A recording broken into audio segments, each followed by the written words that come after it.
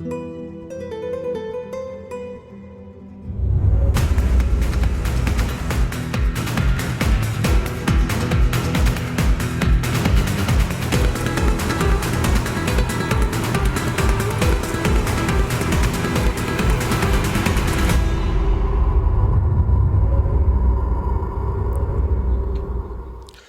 is up, everyone? Welcome back to the 6th Invitational Dev Panel Series. I am Justin Kruger, your host, community developer on Rainbow Six Siege, and I welcome in a amazing panel of guests. But before we get to our guests, I just want to explain a little bit about what we're going to go into here. Once again, it's a high-level look at our new map, Coastline, that is going to be arriving for free on February 7th. And we have some level designers here, and of course, Punji Stick. But also to my left is our amazing cosplayer and tactical realism expert, Manny. What's up, Manny? How you doing? How you doing, man? Thanks for having us, Justin. My name is Manny Andres. I'm a member of ACTRA. In 2006, I founded a company named TPR Consulting, where we bring authenticity and realism to the movie video gaming industry. So we consulted on the motion capture during the cinematics of Rainbow Six. And we're proud to be here. We're having a lot of fun. We're happy to be supported by companies like Morgan Industries, Defense Textiles, Adventure Lights. So what I really like about Ubisoft and the Rainbow Six Siege, what they've done is they came to us, asked us for the real thing, and that's what the fans are getting. That's great, man. And you guys look like the real thing. That's really awesome. Give a round of applause for these guys because they are awesome. Yeah. Fantastic. Really cool and really awesome. Now, getting back to our map teaser, Coastline. Miles, what is Coastline? Where are we going in Velvet Shell? Yeah, well, last time, as we saw, we went to Japan. This time we're going off to Spain, off the coast. We're going to Ibiza. And in Coastline, you're going to have this, in the exterior, you're going to have this naval defense fort from the 17th century. And this will be juxtaposed with the interiors of Coastline, which will be like this nightclub party thing. So in the daytime, you're going to have like Mediterranean weather, hazy suns, and in the at nighttime, you're going to see the clubs, you know, so neon lights and glows and things like that. Nice. Now, I think we have some spawn points that we're going to look at, right? Oh, yeah, but before that, I'm just going to tell you a quick thing about the story. Sure. So there was an anonymous threat that came about this club, and so the local authorities have decided to contact the Grupo Especiales de Operaciones, and they're going to come in and clean it out. Nice. But now we're going to head to spawn points. I'm going to pass it to Naj. Sure. Yeah, we have a 3 spawn point map with this new map. Basically, you have 3 different approach. The main entrance is the one that is going to be the safest, accessible by foot, but it's the one that gives you less rappel and less entry points into the building. So the next one we're going to see is the poolside. Poolside is a more dangerous one in terms of verticality, and you have to go with a cover-to-cover approach to reach the building. So but less opportunities for your spawn kills, right? Oh, no, definitely. We always look to prevent spawn kills. And the last one, and it's my favorite, it's the Ruin. Not only it looks cool, but it gives you a really nice sniping spot from the get-go. But the rest of it is mostly a pretty classic Rainbow approach. The sniping spot is really the value here. So glass mains are going to be really excited about that, aren't they? Yeah, cool. Now, Punji, you got a chance to play a little bit on Coastline. What are your thoughts on the approach into the map? So far, I'm really excited to learn the map. It's been really exciting. I feel like I'm a lot louder than everybody else.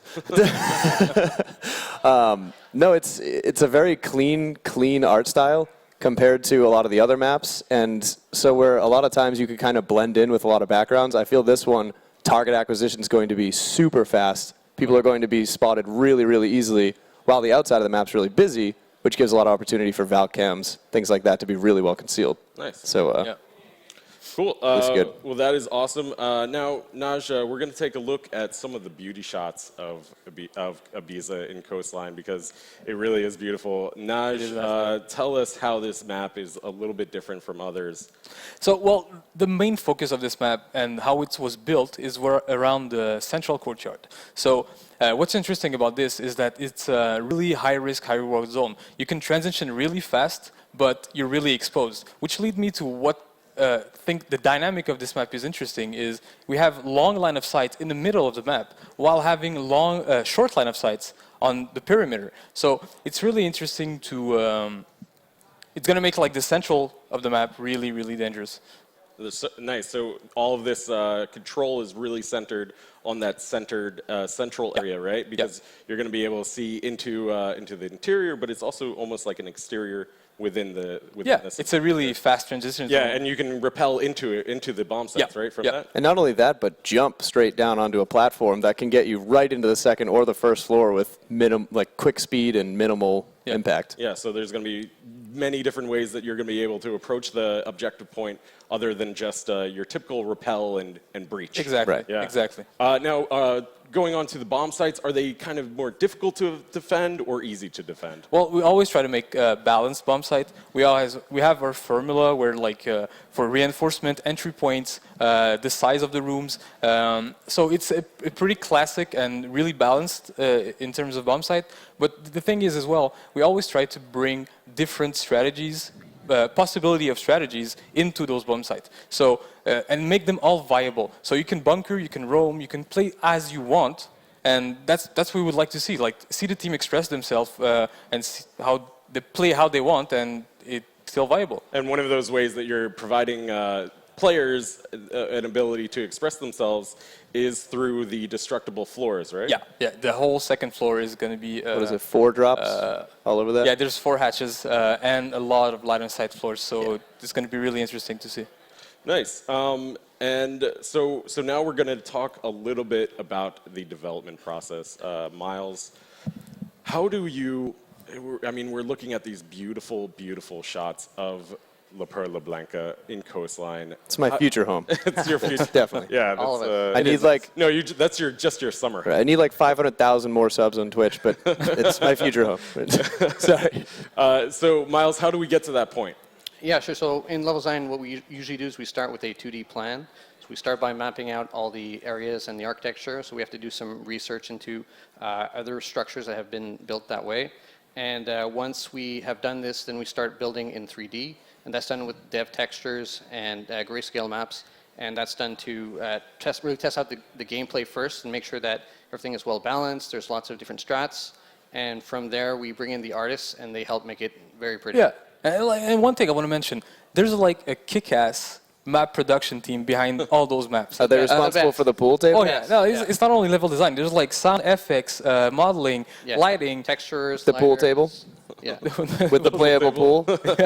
No, honestly, there's a huge team that to bring the level of quality that we bring on these maps. There's a really nice, big team behind us, and Yeah, and it's a big team effort to make this happen. Nice. Really huge shout out to everybody that works on level design and your team because they are so strong at what they do.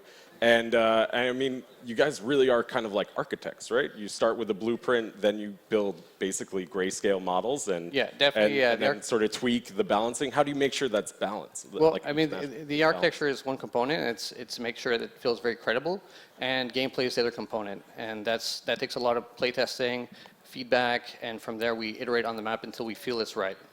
Nice. Now, Punji Stick, how did you feel about the balance of the map going into it? I mean, on a game like Siege, where there are so many things developed by players with so many different imaginations, it's really hard to say after only a couple hours playing it. But so far, it's felt great.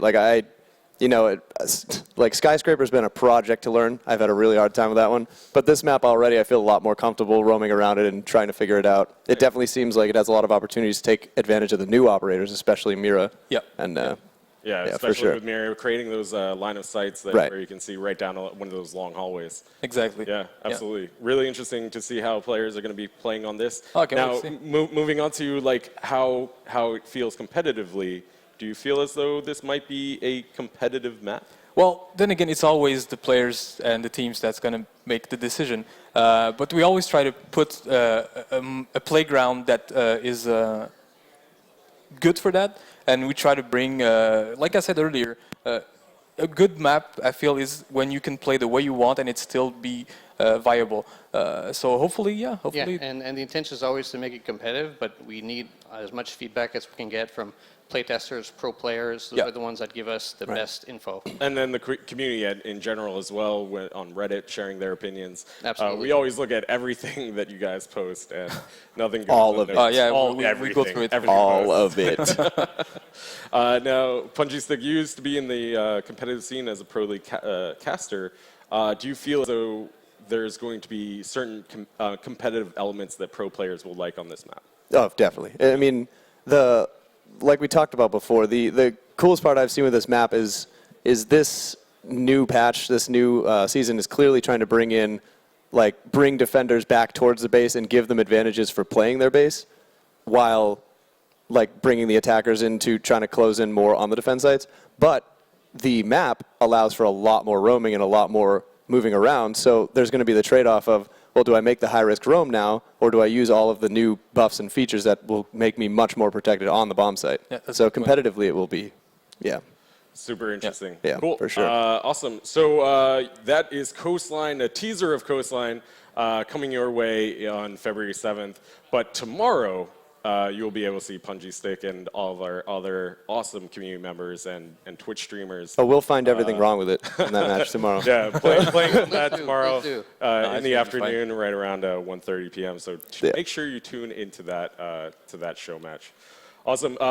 Also, with Velvet Shell coming on February 7th, we have a slew of new improvements, as well as a new homepage, which is the first thing that you're going to be able to see that is completely new in Rainbow Six Siege. Here we have, to start off, your personalized home screen, your personalized play button that remembers your last mode that you played, so you will have an easier way of getting back into the game. You'll also have a dynamic challenge system, so you'll be able to track your challenges easier, and on the screen it will actually show your progress. And then you'll also have an easier way of managing your renown boosters, as well as a direct button that will show you all the new content, a direct button that leads you right to the Ubisoft Club, and an easier button that shows the news in a better light, so that we can communicate with all our players so much more easier. So that is all the time that we have. Stay tuned for the Xbox One semifinals coming right up. We've seen some incredible action. That last Continuum match was nuts. insane. It That was was nuts. Oh, yeah. It was one of the most exciting. That was a matches. final in and of itself. Yeah, exactly. It's going to be hard for the actual final to bring as much hype as that game. Yeah, absolutely. Once again, thank you so much to Thanks, our Justin. senior level designers, Naj and Miles, and of course, thank you so much to our community leader, our awesome community leader, Punji Stick. No, thank you. No, thank you. Thanks a lot. Can we just thank each other all day? Yeah, just for the rest of the stream. All right, it's perfect. So where can they find you, Punji? Twitch.tv/PunjiStick. All right. There it is. Check them out. Cool. And once again, thanks to our operators in cosplay back here. Cool. Thanks, guys. You look great, by the way. You do. Stick around. You don't want to miss the action coming up just after this.